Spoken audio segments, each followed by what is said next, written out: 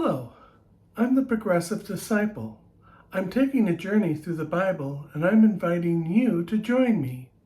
Today we are covering the book of Numbers, chapters 14 through 18.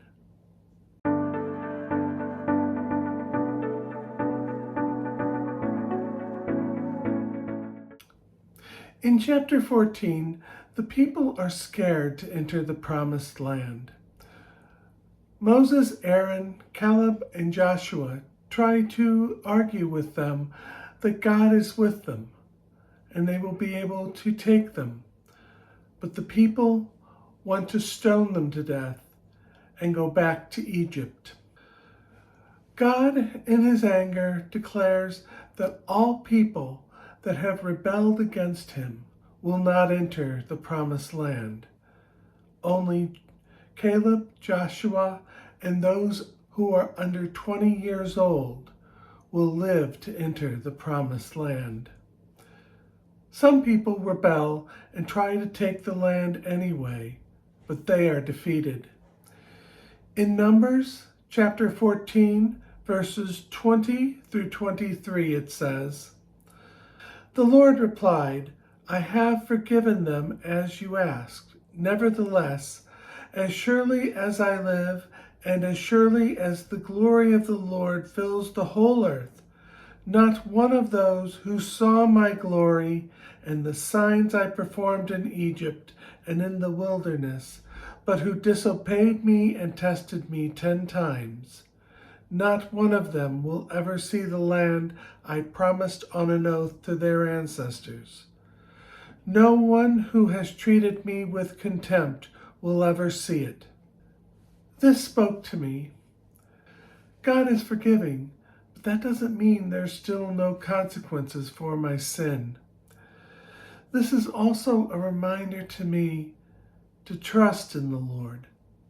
Chapter 15 is about laws about offerings, unintentional and deliberate sins, the Sabbath breaker, and the meeting of the tassels on the edge of their garments.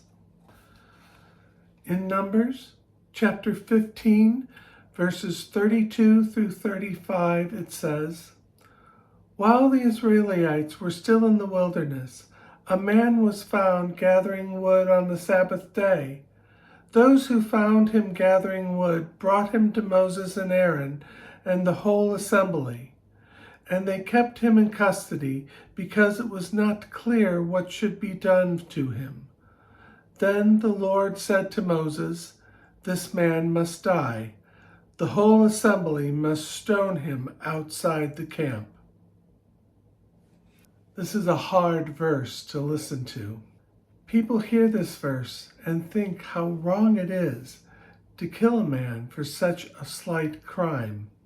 However, I do not take Numbers as history. I look at the theology behind the verses. There is evidence that there's always been a hard time to get people to obey the Sabbath rules. And so this, I believe, was to stress how important to honor the Sabbath is.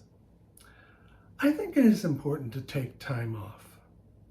It is way too easy to be kind of lazy on the rest of the days of the week and find I have to do work on Sunday. So I try to get my work done by the end of Saturday so I can have Sunday as a day of rest. I also think it is important to have a day dedicated to God. Chapter 16 is about Korah's rebellion. Korah led a rebellion with some of the Levites and some Reubenites. Moses met them at the tent of the meeting and had them bring censers to see who God would accept as his priests. The Reubenites did not come. He had the people move away from those who had rebelled, and the earth opened up and swallowed their tents, and them as well. At the tent of the meeting, those who brought their censers were burned up when they attempted to offer incense to God. The censers that were used were hammered into an overlay for the altar. And the people complained about the deaths that had occurred, and the Lord sent a plague. Aaron was able to stop the plague by offering incense to the Lord. In Numbers chapter 16, verses 20 through 24, it says, "The Lord said to Moses and Aaron, 'Separate yourselves from the assembly so I can put an end to them at once.' But Moses and Aaron fell face down and cried, 'O God, the God who breathes to all living things, will you be angry with the entire assembly when only one man sins?' Then the Lord said to Moses, 'Say to the assembly, move away from the tents of Korah, Dathan, and Abiram.' This spoke to me because my sin can affect others as well. And it also reminds me of the power of intercessory prayer. And it reminds me to have faith in God. Looking at the rebellion itself, it is a reminder not to be jealous of the authority of others. Chapter 17 is a chapter where God demonstrates that it is Aaron and his descendants who are to be the priests by a test with staffs. Each tribe had a leader to bring a staff, and this was placed before the altar. But only one staff, Aaron's staff, bloomed. They placed this staff by the Ark of the Covenant to remember this time. At the end of chapter 17, the people became afraid that they will all die. In Numbers chapter 17, verses 6 through 8, it says, "So Moses spoke to the Israelites, and the leaders gave him 12 staves, one for each leader of each of the ancient tribes. And Aaron's staff was among them. Moses placed the staff before the Lord in the tent of the covenant law.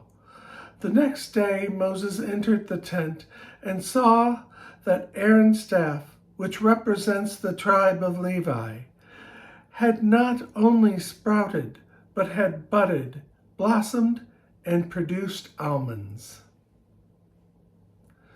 This is a reminder to me of the power of God and an expression of his love, that he didn't want any more to die due to the consequences of leadership issues.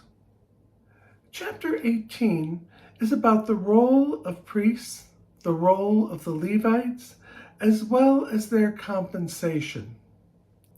In Numbers chapter 18, verses 25 through 29, it says, "The Lord said to Moses, 'Speak to the Levites and say to them, when you receive from the Israelites the tithe that I give you as your inheritance, you must present a tenth of that tithe as the Lord's offering.